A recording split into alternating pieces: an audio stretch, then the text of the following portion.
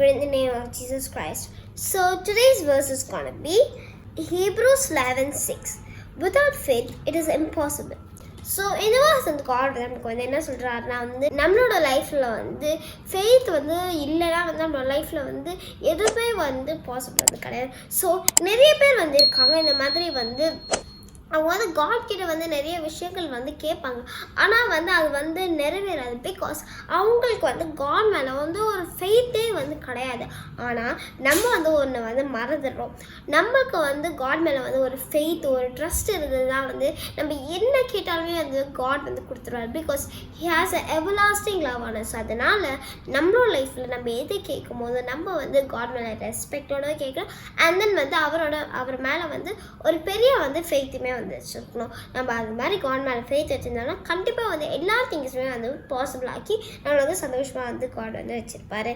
சரி, நம்ம ப்ரேயர் பண்ணலாமா? ஏசப்பா, நான் கொடுத்தக்காக நன்றி. ஏசப்பா இந்த வேர்ஸ் நீங்கள் எங்களுக்கு வந்து சொன்ன மாதிரி ஏசப்பா எங்களோட லைஃப்பில் ஏசப்பா எங்களுக்கு உங்கள் மேலே ஃபெய்த் இருந்தது ஏசப்பா. கண்டிப்பாக ஏசப்பா நீங்கள் வந்து இம்பாசிபிளான திங்ஸை கூட வந்து பாசிபிளாக வந்து மாற்றுறீங்க ஏசப்பா. அதுக்காக நன்றி ஏசப்பா. உங்கள் மேலே ஒரு பெரிய ஒரு ஃபெய்த்தோடு இருக்கிறதுக்கு ஆசைப்படுறீங்க ஏசப்பா. Ask everything my Father Jesus Christ precious name. Amen. God bless you. Have a great day. Bye.